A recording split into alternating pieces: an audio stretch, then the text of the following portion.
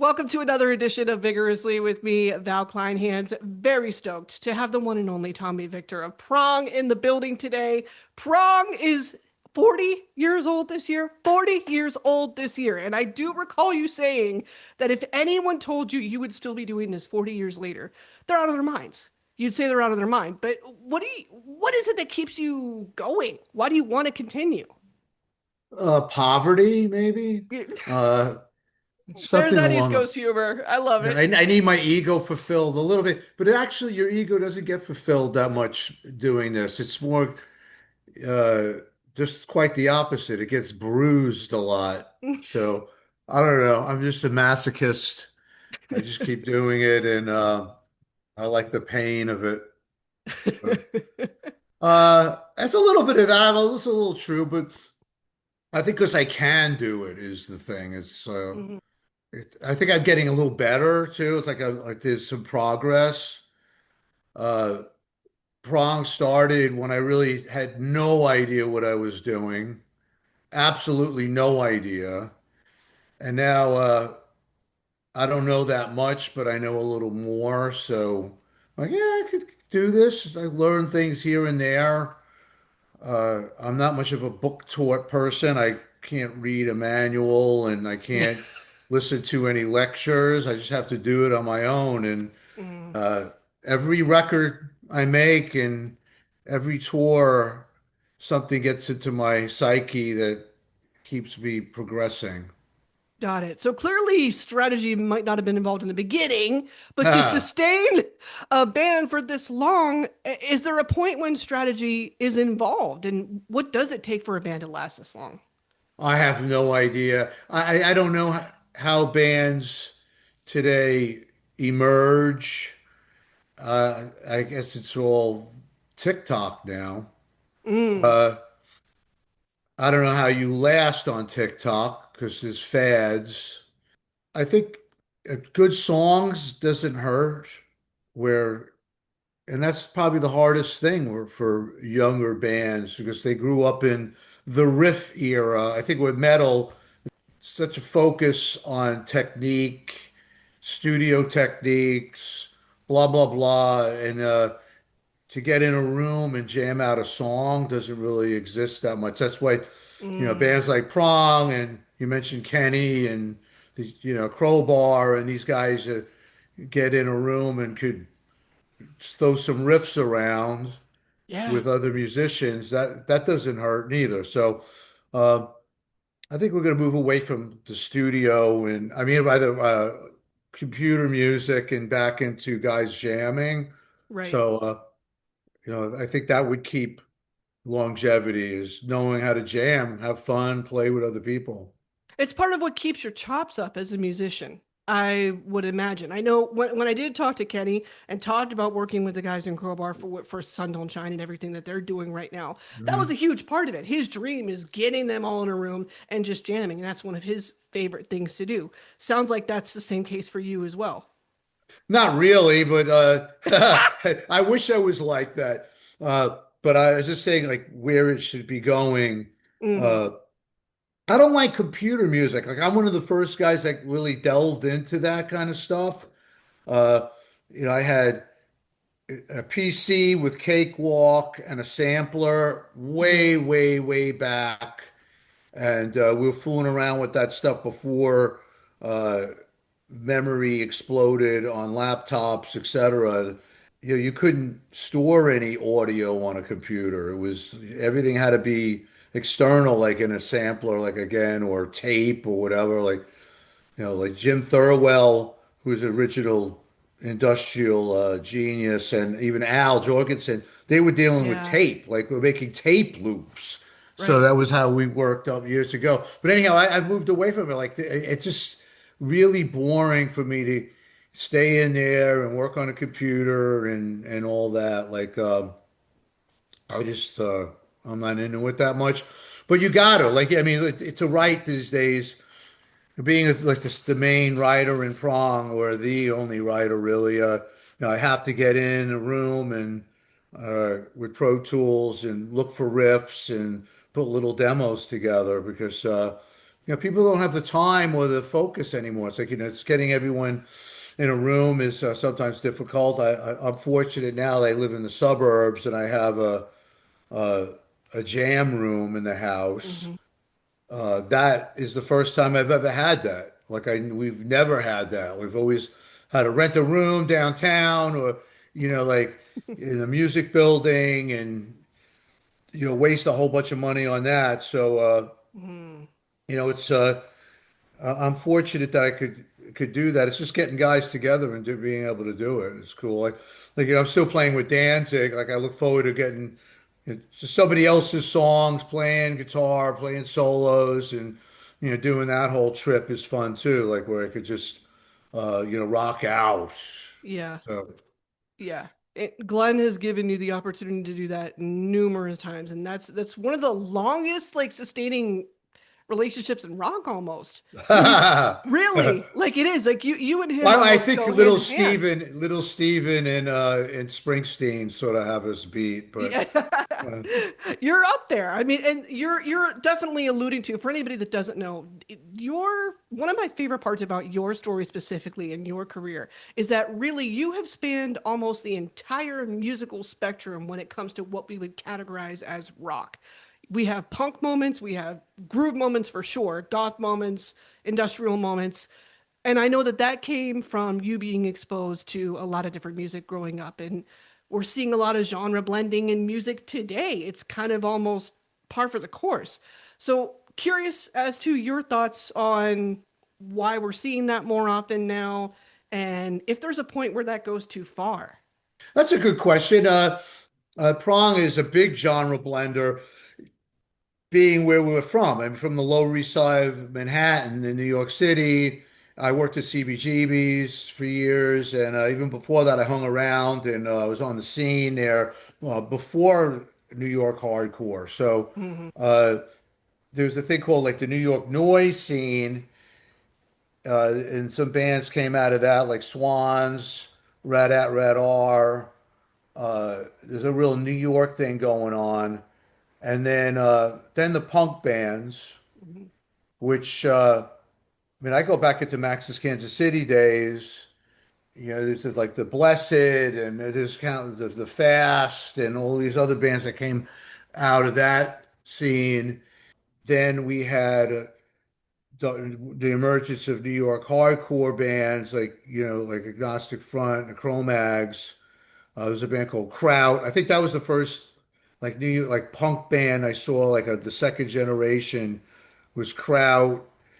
And then there was the crossover bands like they were coming in from other places that came in, Crumbsuckers later on, and Prong sort of merged all those styles together, and I think it was important. And then you said the groove metal, like there was a band called Rest in Pieces from New York, a hardcore band that sort of brought that in a little bit, and Prong was one of them, the groove hardcore stuff, and then Helmet came around. So yeah, I mean like that. It makes it more interesting. Like we weren't didn't really want to just be a straight ahead hardcore band. We didn't want to be a thrash band, and we didn't want to be like an industrial band neither. So we had to like have a collision between all those. So these days it's easier to do. Again, like we had to actually get in a rehearsal room and practice. Like there was no digital technology.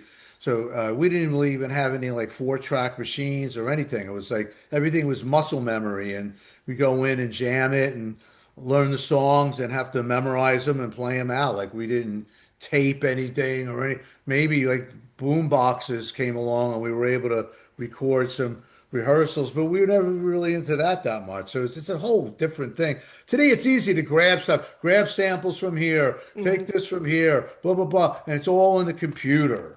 And it's all in digital audio workshops. And now I notice that collision is crazy. Like I listen to stuff on liquid metal or Octane, and I'm like, Jesus, like it's R&B music mixed with gent and hardcore, and then it's screamo and emo, and everything's collided. And I mean, maybe three styles together is cool, but when you get like 30 in one song, And yeah, then it goes into like, hey, it'll go into like a country and western part. It's like, Yeah. yeah, it's like everyone's trying to find their niche, and that's fine. But it's a lot easier now when you have the resources of digital technology, and which keeps advancing and going, moving ahead, and it's hard to keep up with. Like I have my copy of Pro Tools is so old, man. It's like it's yeah, it's ancient. I have like Pro Tools 10,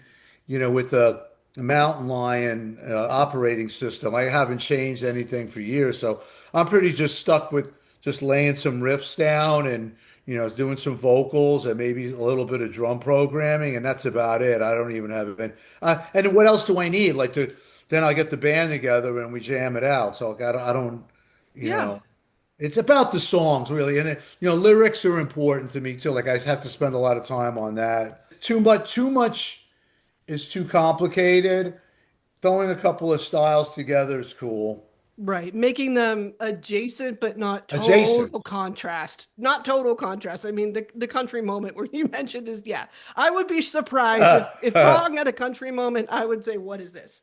But, but again, to your point, you getting into the groove stuff, industrial stuff, that makes sense. There is a line.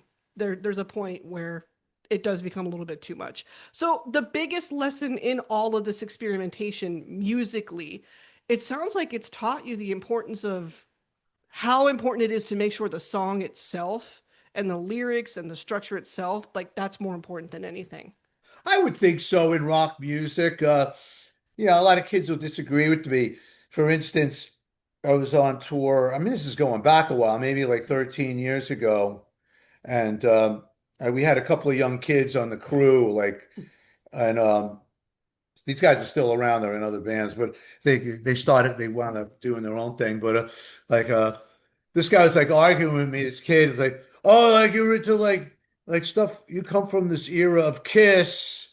Well, yeah. Yeah, yeah, but he was like knocking that and like, Oh. it's all these like that old style of, song structure and like oh, we don't care about that anymore.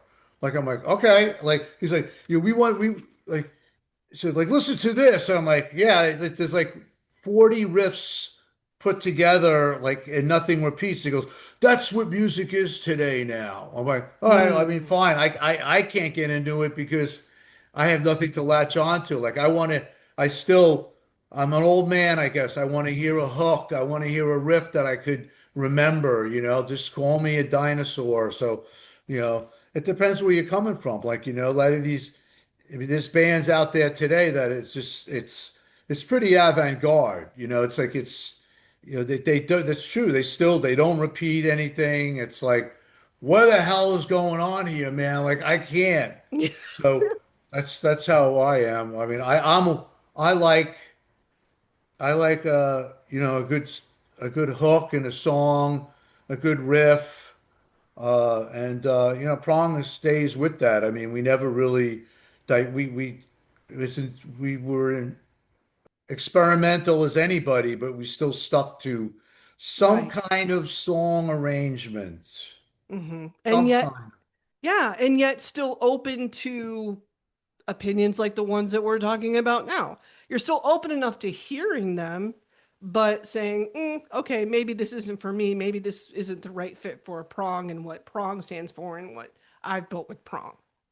Yeah, I mean, we had that problem with producers, et cetera. Like we were trying to push certain things on me, and I sort of compromised, and I regret that. Like I have to be true to where I'm from. Like you mentioned Kiss and stuff like that, but then like I was into early punk, like the Stooges, and eventually into Killing Joke is like my favorite band.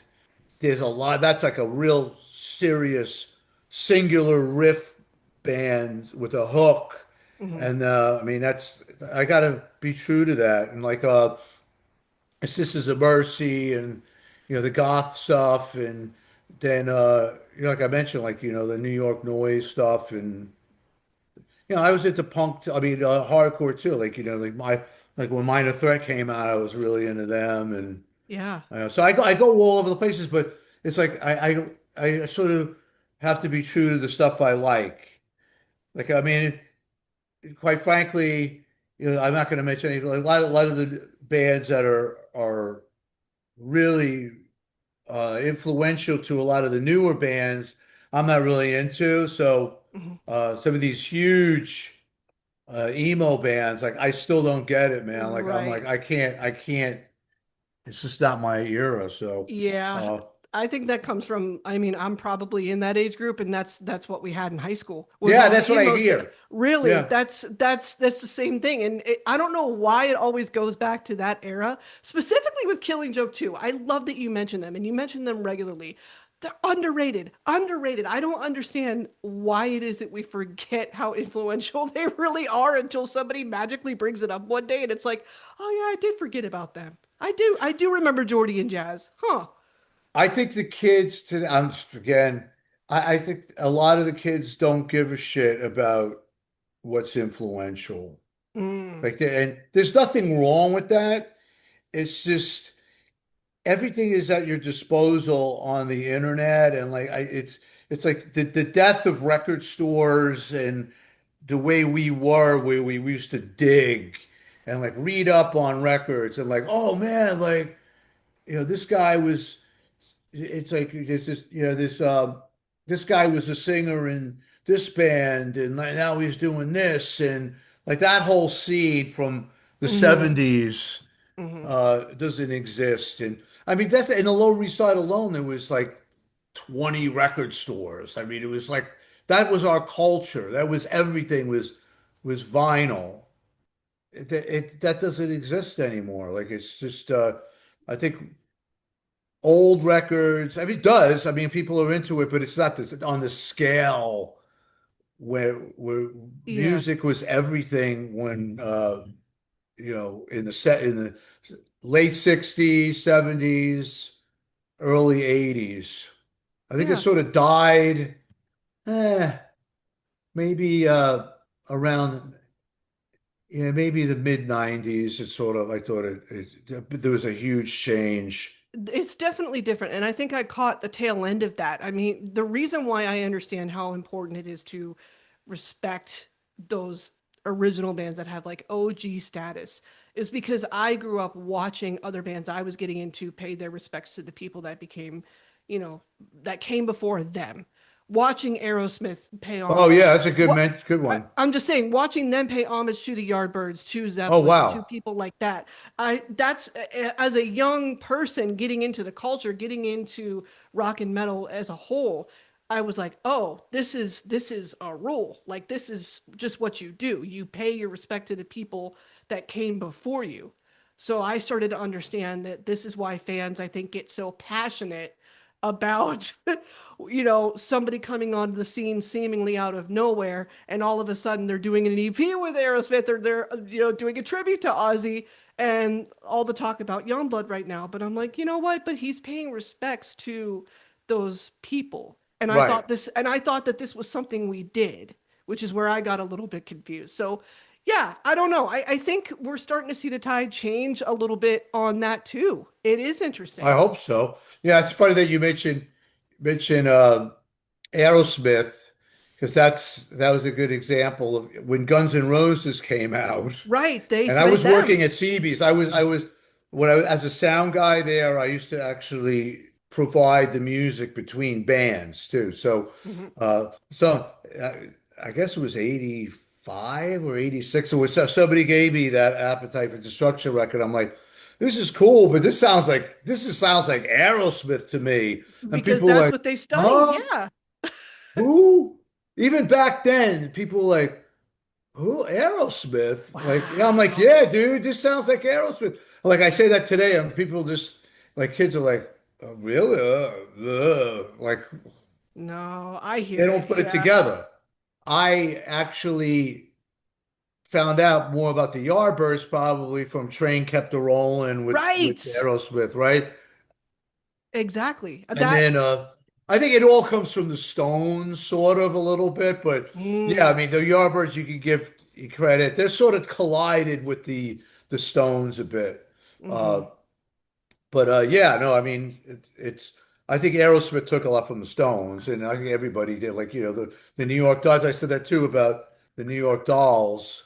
Hmm. Uh, I was like the Stones, and they're like, huh? Uh, Please, if no one can make these connections. Yeah.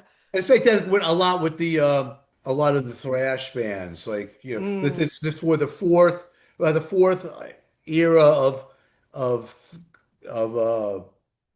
thrash, hardcore, crossover bands. I'm like, dude, that is like this band sounds like DRI. I'm like, and they're like, huh? Like, I'm like, oh my God, I can't take it anymore, dude. It's like, like it's like they're great. I like them, but they sound exactly like DRI to me. I'm like, it's great. I saw 4 songs. I'm out of here, And it's Yeah. like, people kids are jumping off the stage and doing all this thing, but what are you gonna do? That's the way it's gotten. Things haven't really, in one way, there's been a lot of change in the last 25 years. At the same time, there hasn't been. It's a Yes. bizarre thing. Like, Yeah. it's stagnant. Like, I think especially metal. Right. It's gone to me, it's gone all this over the place, but yes, it's changed, but it hasn't. I don't really know how to describe that. It's I, bizarre. it is a weird little place that we're in right now. And I think we're about to see a huge shift into, okay, we're about to be introduced to the next thing. Like we're the next thing is that's going to capture everybody's attention. The next big bands that are going to hit. I mean, Well, I thankfully, mean, people could say it can right. happen now. People say Sleep Token. Right. So it's like, I mean, is that the one? When Ghost it was Ghost. Hmm. Before that, I Meshuggah. I don't know, like who. There's always somebody coming around that people are like, oh, this is it. Yeah. But because of the way things are, I don't think it's ever gonna happen. I don't think any rock band is ever gonna make any impact anymore.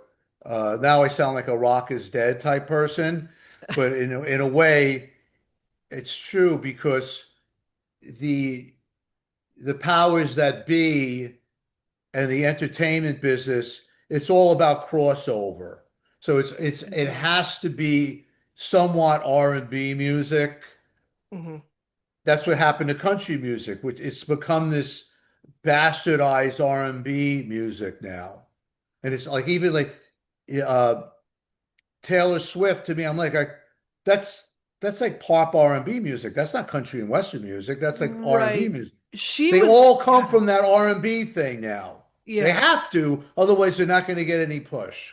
Right. It's interesting. And I think she probably did that again because she's used to hearing TLC when she's growing up and, Oh yeah, she's a stuff like that. fusion artist. She's a pop artist. Yeah, Yeah. same kind of thing. But what I'm grateful for in her case is that she seemed to put the idea, at least to mainstream heads, that it's okay to like genre blend and it's okay to have new eras and it's okay to do a completely different genre switch up. That I am grateful for. I like opening up the room for creativity. I like the experimentation. I mean, speaking of experiments, I learned that Rob Zombie directed the video for Rude Awakening. I don't know how I just learned that now, but just to put this in perspective, this is before Rob is known as the director that he is. So at that time, you don't know what he can or can't do as a director. What was it that made you agree to this? I don't know. I mean, I know Rob for forever. I trusted him. He got paid a lot to do it, but it's like, yeah, it was his first directing gig, and I knew he Yeah. was wanting to get into movies, etc. Uh, and I don't know. He was just he was back then. He was he was a big acquaintance, or like I saw him all the time, and we did shows together, etc.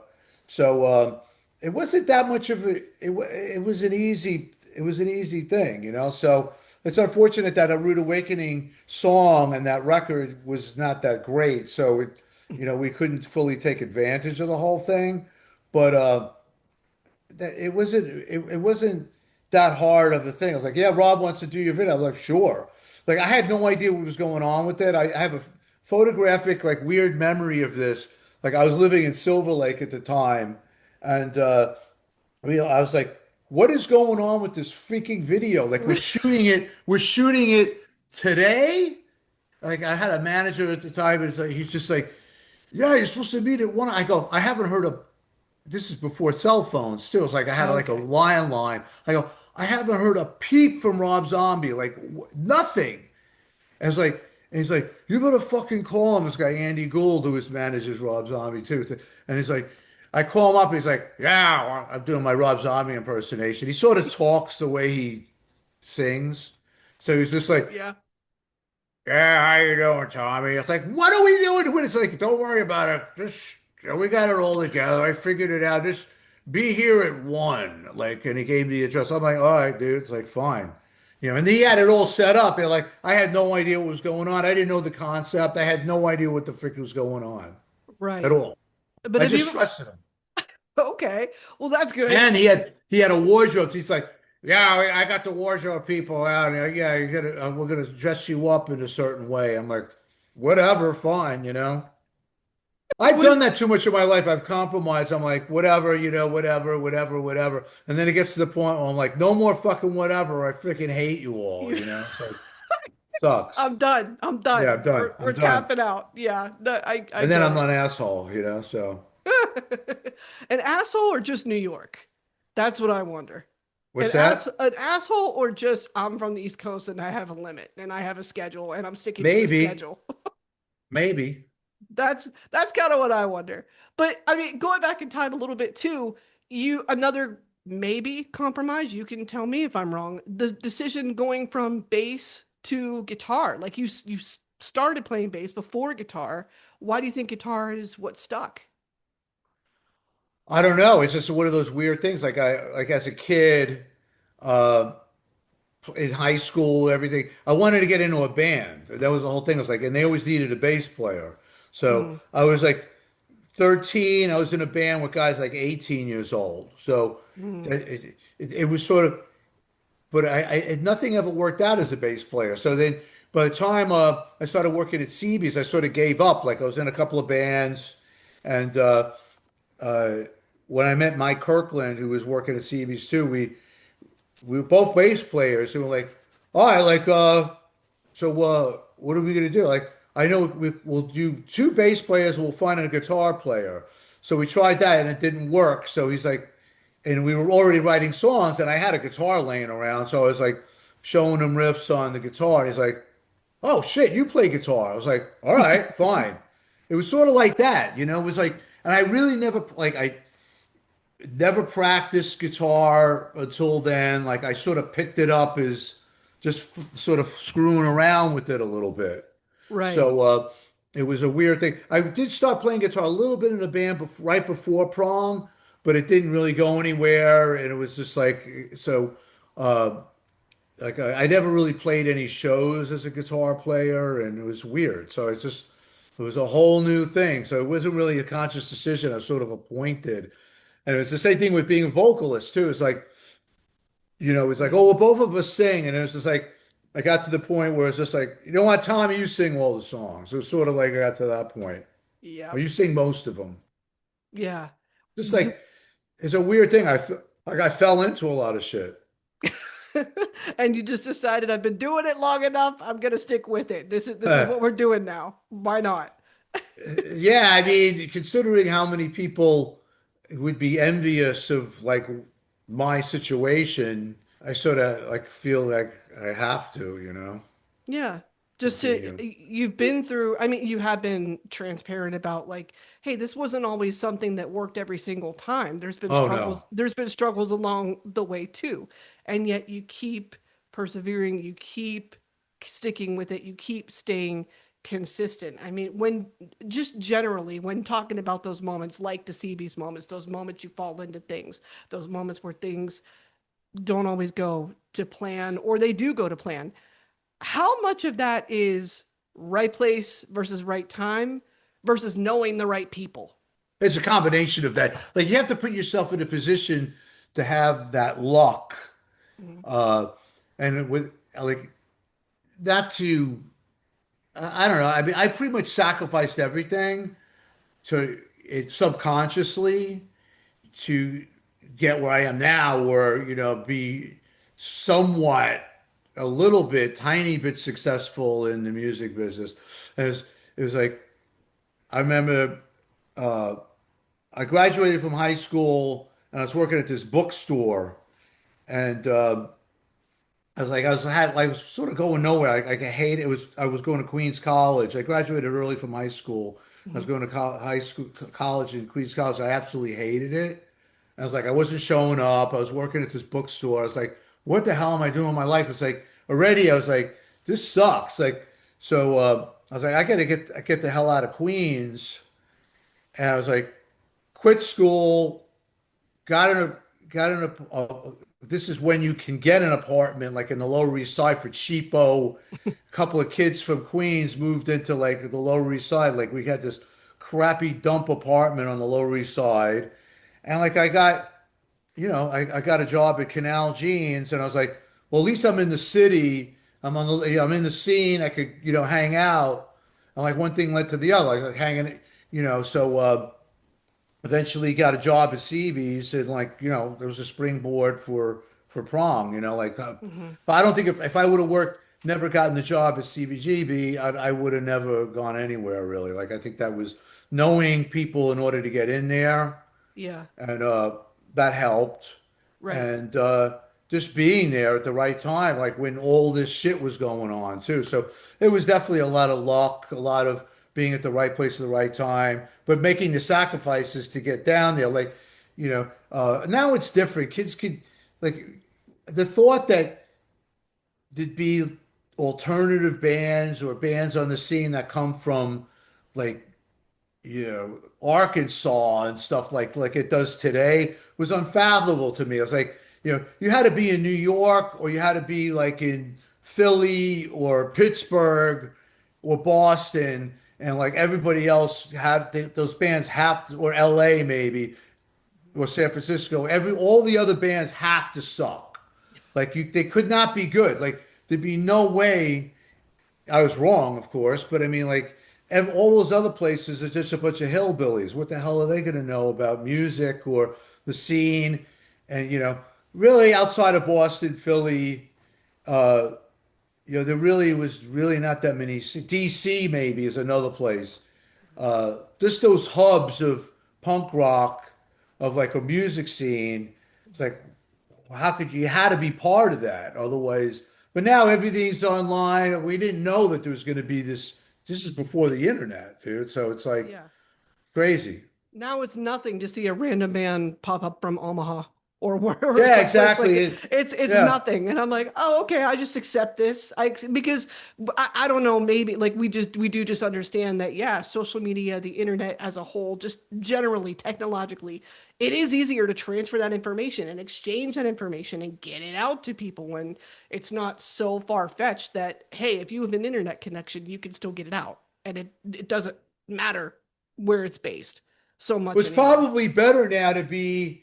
I don't know where in Minnesota you are, but it's probably better to be in the middle of America, in the suburbs for Well, yeah. music I now. mean, to be in Minnesota right now, you're right. You're writing about politics and how that's impacted our state this year, Right. for Yeah, sure. You're writing yeah, about that it's a for hub of sure. controversy, that's for sure. Yeah. But yeah, I mean, so that's cool. At least there's something to write about there. And then, Mhm. but you're on the pulse of, I think you're on the pulse of America a little bit more, or pulse of A little this. bit. Things have moved to the suburbs in a lot of ways, I Mhm. think. Like especially for rock music. So like knowing what the local yokels like is a little bit takes more precedent now than Mhm. what it used to be. Like but there is hipster music in like Everywhere. everywhere. So that exists. It does. It's everywhere. Going back to Seabees, though, is that where Marky Ramone comes in? Is that where that connection is established? uh I mean, I sort of know I let's put it this way, where I grew up, is like 5 minutes from where the Ramones are from, like in Okay, so Rego it's just Park. local. I got it. Yeah, but I Okay. don't know him from back then. I mean, Marky Ramone's like a huge rock star. So, Hmm. uh, a buddy of mine who's actually he was in this band Sheer Terror that I work with, and we've known each. He's one of my best friends, and we've known each other forever. Hmm. So he got real close with Marky, and as well, I was like in one of these periods. Like I have like two younger kids, believe it or not. Like they're and I was like, I got to take care of my kids for a while. Blah blah blah. I got a call. It's like Marky's guitar player can't get in to the country. He's got a bunch of festivals coming up like next week, and I'm like, Mm. what? And he's like, can you learn all the songs in a week? Can you do it? So I asked my wife, I go, do you think I could do it? I mean, I'd love to put Smarky Ramone's band, like, it's Smarky fucking Ramone. Add it to the resume. That's right, right. So she's like, oh, you got to do it. So I was like, getting the kids to school and daycare, Hmm. like, spending all day long learning these Ramones songs, which are not easy. And then I did it. So Yeah. I always wanted to continue doing it. It's just my schedule has been like whatever. So it was a lot of fun. Like uh, I knew Joe because Joey would come into CB's Hmm. a lot. He'd hang out there a lot. So I'd be like, "Hey, how you doing?" And he'd be like, "Eh." So it's like that's about the That's the level of enthusiasm. It's exactly, here. yeah. So, and then, Johnny would never even say, he would just be like, "Bleh." So that's about as much as I know those guys. And like, I didn't really know, I hung out with Marky a couple of times. Hmm. It's like I had dinners with them, jam with them, had like in LA, when I was living in LA, there was like a jam and we jammed and he was just like, Tommy, I wish you were playing on more of the songs. So I'm like, these. Oh. I sort of got there's a very famous guitar player that played with Guns N' Roses for a while that Hmm. sort of like doesn't like me. So they kept pulling me out of songs on this jam. So like Mark's like, how come Tommy's not doing this song? And they had like anyway, that's another long story. So I wound up playing a couple of songs with Marky then. So I knew Marky. Hmm. So I had a blast. I loved it. We had Craig ahead playing bass on it. So it was Hmm. cool. Yeah, I think part of what made it cool for you was I've heard you mention this is the gig that you felt you really upped your chops while It playing did. with It him. helped the child. So that, Right. like they'd probably be the only other gig that would make sense for me because I grew up with my older brother's a huge Ramones lunatic. So when I told him that, he was just like, "You got to be freaking kidding me." So like we were into the Ramones like right when it started. Mhm. So, and I used to see the Ramones at CB's like as a kid, like I used to sneak in, like, that's like talking. I've been hanging around CBGB's since I'm a kid, so I knew people, and I used to take the subway in. My mother was a waitress at a diner. She didn't know where the hell I was, so I was like, so she'd get off of work at 2 in the morning. So Mhm. like I'd be like, we didn't have cell phones, nothing. So as far as I know, she thought I was like watching like Rockford Files or something. So it's like. I was at CBGB's like drinking at 15, drinking rum and cokes. So, Fine, it uh, worked out. It yeah, it worked was out. like, exactly. I never got carded or anything. So, I would see, so I don't know where it was going, but with this, but it made sense for me to be doing Ramon songs. Like I knew a lot of them. There was Right. only a couple songs I wasn't familiar with. It was just a matter of playing them and knowing what key they were in and learning the downstrokes. Like it's this, like Johnny Ramone. Talk about underrated. Like I know, like Hetfield cites him as an influence, and he should Yes. because it's freaking hard. The stuff to play downstrokes is like it's unbelievably difficult. I'd be like as fast as we were playing the songs. They're not like the songs weren't played like they are on the album. They're Hmm. played like three times faster live. So I'd be like, what the hell? But I got it down. It was cool. I was pleased with my playing and being able to actually do it. Hmm. It was unbelievable. It's like the only other band I could say like I could move in and play guitar would be Killing Joke. Like I would do Yeah. that. My wife has said the same thing. Like, uh, I threw my hat in the ring. I mean, then I don't think they're going to do anything, but it's like, I would, she'd give me the okay to do that. That's about it. Like Danzig, yes, which I'm perfect for Danzig. Mhm. Uh, Ramones, Killing Joke. Yeah. Um, I tried to get in with Peter Murphy. Like I was sort of got hired, but like they fired me. They didn't take me because I wasn't cute enough at the Oh, end. He said, how does that conversation go? How do they tell you uh, that? I got hired, and then uh, she told me his manager said like, "Oh, Peter decided that you weren't cute enough." So In those yeah, words, verbatim. yes, yeah, Wow. Oh my. that you were too metal and you were not cute enough. Oh gee. Well, I mean, do they know you? Like, did they know what they were getting into? I don't know. Yeah, Oh, it was that's a funny. good paying gig too, man. This Mm, is years ago. It's like I was so psyched about it. Like it was a lot of work though. Like Peter Murphy's catalog is ridiculous. So I yeah. was like, I was kind of relieved because I don't know if I was going to be able to do it because he's not just all God. Like I would be able to do like Cut You Up and like the goth stuff. But Mhm. then he went like world music. Like some of Mm, his stuff, it sounds like Sting. So like that stuff, I have nothing against Sting, but I mean like it's yeah, not my cup of tea. Like, I get it. I Has don't your come from that. yeah, no, I totally understand that. So has your definition of what it means to be a better guitarist, has that changed over the years? You know what? Like I'm a really like I don't know if you know anything about basketball. Like it always is in my head. Like Allen Iverson, Hmm. he was played with the 76ers, and they asked him like, "Oh, you gonna like, are you gonna go into practice? Are you gonna show up for practice now?" And he's like, "Practice?" Like they're like, "Yeah." Like he goes, "Practice? Like who practices?" Like he was just like, "What are you kidding me?" And I'm sort of like that. Like I fucking hate practicing. Mm, I hate like I'm not like the concept like these kids spending all day running over scales and stuff. I can't. I just can't do it, man. It's just like every once in a while I'm like, I gotta learn, I gotta get my chops together and like I'll like I'll learn a couple of songs. I'm like, I'm gonna do this every day. Doesn't last. I can't, I don't know what it is. It's like uh it just doesn't last. I cram. Like mhm. like I got a Danzig shows coming up and like I'm like, I should start hitting it now, man. Like, like I haven't played these solos forever and like I'm like, I have a lot of other things to do, but now I got the Prong album coming out and I got tons of Yes. press and I got to learn those songs.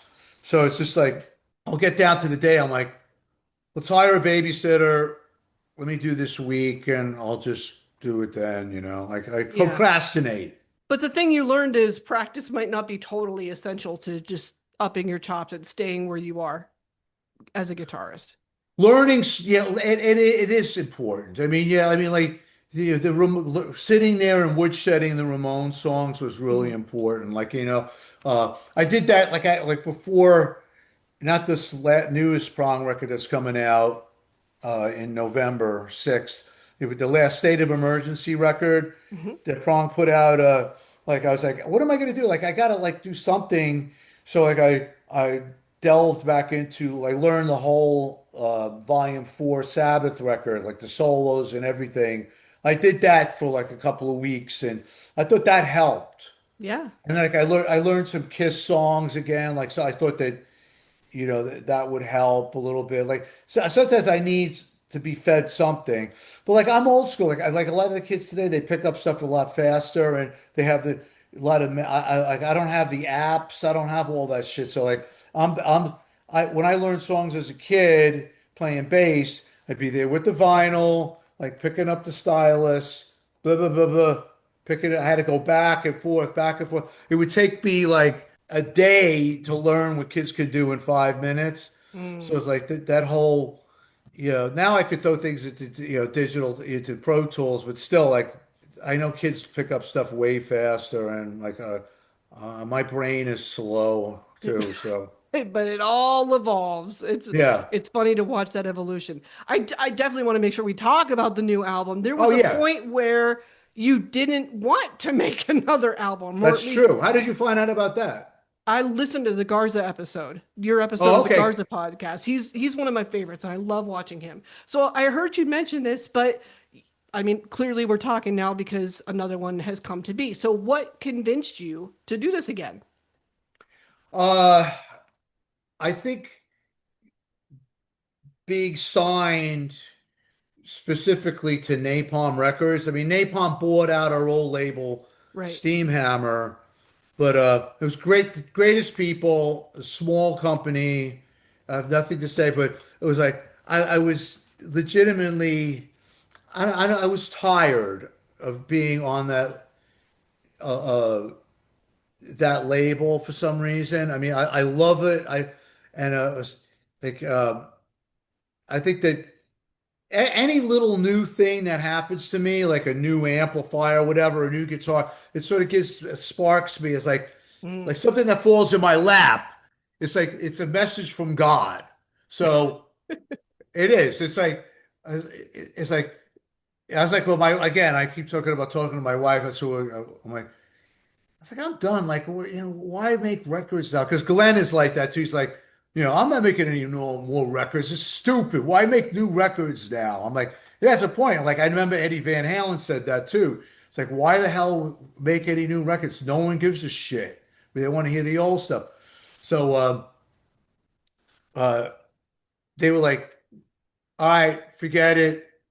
You don't have to do another record, but Napalm wants to sign you. And I'm like, it's a pretty good label. Like, they have some big bands on that label. I mean, this Hmm. is kind of cool. Yeah. So I'm like, and I told my wife, she's like, yeah, doing a couple more records, Yeah. like, I was Go like, ahead. I cool. love her attitude every time you talk about her. Yeah. Yeah, I was it's like, important to have somebody that's supportive. That's awesome. yeah, I mean, she is. So I was like, cool. Uh, it was a little weird when we definitely signed them. They've gone through a lot of changes since then. Uh, and the funny thing, I was talking to somebody yesterday about it, and like, like we had in the time we signed, they gave it. We had three different product managers, which in a certain amount, that's like our A&R guy, and everything. It's like, who the hell is this now? Like I was like, he's like, oh, the deadline for the record is now April. I'm like, really? Like the last guy said, don't worry about it. You could deliver it like in July or something. It's like, oh no, no, no. So I was like, what the hell am I going to do, dude? So it all worked out amazing. We got to start working on this like now. Like I was working on the demos. They weren't done yet. We had like 7 songs, and it was like, you got to go in now, and you got to do it locally Hmm. out here on the island. And like, so we pulled it together, and like, bam. So somebody said, "Oh, dude, it's like back in the old days, like how you did force fed." I'm like, "Yeah, like it was like that. We're like, we got to make a record like today. Where are we gonna go? Oh, there's a studio here. Let's book the time there. Let's do it. Let's get this thing done, And that's how we did it. So, but the mixes weren't that great, so we got Andy Steep to mix it and master it. So, Yeah. Andy Steep did it, and did an unbelievable job. He pretty much saved the record, so it sounds killer. Did he take you in the modern direction that you wanted to go? Because I feel like I remember that being important to you too. I think no, but it sounds modern now because it's the attitude behind it is modern Mhm. because it's almost a less is more attitude that we stripped it Mm. down again, and it just sounds heavy as hell. So if if heavy and sounding amazing and simple is modern, then it is. Good enough for me. And Yeah. I just realized this is the first time you've done a self-titled album too. Yeah. So is part of why we're going that direction, self-titled, is that to just hammer home the idea that this is a new era, it's just us, no concept, stripped down. Yeah, it is stripped down. And then the fact that I think we went back to something that I talked earlier in the conversation was the elements of Prong and the avoidance of outside influences for the most part. And it's like it's it's thrashy, it's hardcore, and it's sort of alternative too. Hmm. So like just staying within that realm was important. Uh, the only other thing that it diverts a couple of times from that, but the scheme of it is strictly Prong. I wrote everything. The one song I wrote with the drummer, but it's like it's very internal and it sounds fresh. Like the whole like we didn't we may have called it something else, but like they were like, oh, song titles. We were looking at it, and then we finally said, you know what, this is called self-titled because it sounds like a fresh band, in a lot of ways. Yeah. It really does. Yeah. It's us doing what we do, and we're gonna Yeah. remind everybody about that again. Yeah, I mean, if they don't know, I mean that's Yeah. another thing was like I still think a lot of people don't know. And they're like, who the hell are these guys? Like, I think that there is still an opportunity for an audience that have never heard the band, that are unfamiliar. They have, there's no baggage collected about the group, and it's just something fresh, especially with satellite radio and Hmm. the influence of that on everything and streaming. Like, oh, okay, well, now they'll. I have that experience. It's like, oh man, this band sounds killer. Like, oh dude, they've been around forever. I'm like, really? I never heard of them before. But Like, it doesn't surprise you though when someone says that about Prong. Like, where have they been forever? Where have they been all of my life? It doesn't surprise you when you hear that about your own band. yeah, it's true. I mean, uh, especially when I get comments too, it's like, God, you guys have been still making records. I'm like, yeah, like that was one of the things I was like, I'm making records and like no one knows about them. Like Hmm. I that was getting on my nerves a little bit. Like we're a lot actually. We was making records. We weren't getting on any playlists. Like it was just like the same thing over and over again. Like, you know, we did some strong covers that gotten unnoticed. I'm like, I mean, I always have these expectations like, holy shit, we did, you know, a cover of a Husker Du song. I figured like everyone Hmm. would know about that. Like, who the hell are they? Like, no one knows who Husker Du is anymore. It's like, Hmm. oh, uh, we did a Killing Joke cover. Oh, like no one cared about the covers album. And then we did it. I said, I'm going to go in the other direction and we're going to do something that everyone knows. We're going to do a cover of Rush, Working Man. Like And somebody, then, like yeah. no, like nothing. Like no one even, it's, do Wow. you know what I mean? Like, is there so much of, maybe this will be the same thing. Maybe that's just my destiny. Like, but it was a fun record to make and it sounds killer. Like I wanted to make like this, like for my kids and everything. It's like album 14, when I'm gone, you can listen to this one and go like, yeah, man, that's pretty cool. Like my dad did that record. That sounds pretty awesome. Yeah, and they're old. I mean, I'm sure they're probably old enough by now just to say, "Look, I get to watch my dad in action now. I get to watch him do this like in real time now." Well, my oldest daughter, yeah, but like Yeah. I have like really young kids, so Oh, believe it or not. So yeah, they're, they're getting to that point, yeah. Like maybe and they're we know clueless. I don't know. they- they'll get it in time. Yeah, They come maybe. back around. I thought that like my parents, when I think about them, I'm like, they did some cool things when they were younger, and I didn't realize Yeah, it until I got older. I know. I totally. And we know a European tour is booked for this. US Yes. tour coming, fingers Yeah, crossed. I'm trying so hard. I'm like, it's just it's a little difficult to get something that's cool or we're trying to yeah, they're gonna definitely have to do an American tour. Your dream lineup, who would you want on that tour with you? Oh, it's like to open up for? Any of I, the above. Yeah, co-headline, opening, this any of is the above.